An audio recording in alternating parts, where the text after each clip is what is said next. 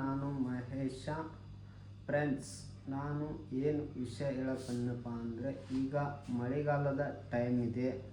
ಹಾಗಾಗಿ ನಮ್ಮ ಡ್ರೈವರ್ಗಳಿಗೆ ನಾನು ಒಂದಿಷ್ಟು ವಿಷಯಗಳನ್ನು ಹೇಳೋದಕ್ಕೆ ಇಷ್ಟಪಡ್ತೀನಿ.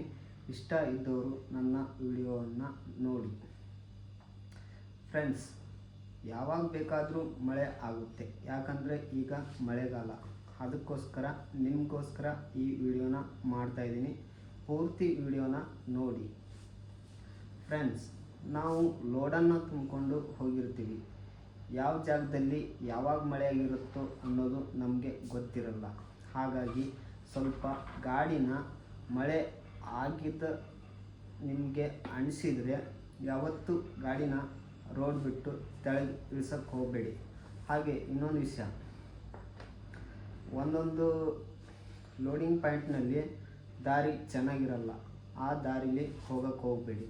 ಯಾಕಪ್ಪ ಅಂದರೆ ನಮ್ಮ ಗಾಡಿ ತೊಂದರೆ ಆದರೆ ಅವರು 1 ರೂಪಾಯಿನೂ ಕೊಡೋಲ್ಲ.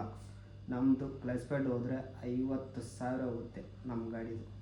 ಅದಕ್ಕೋಸ್ಕರ ಅವರು ಗಾಡಿ ಏನಾದರೂ ಆದರೆ ಮಾಡಿಸಿ ಕೊಡ್ತೀನಿ ಅಂದರೆ ಮಾತ್ರ ನೀವು ಗಾಡಿನ ಹಾಕಿ, ಇಲ್ಲಾಂದರೆ ಹಾಕಬೇಡಿ.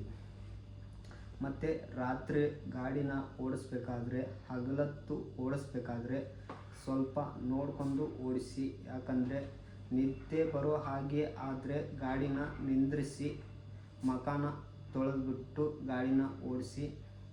ಹಾಗೆ ಹುಷಾರಾಗಿ ಹೋಗಿ ಅಂತ ಹೇಳ್ತೀನಿ. ಮತ್ತೆ ಮುಂದಿನ ವಿಡಿಯೋಲಿ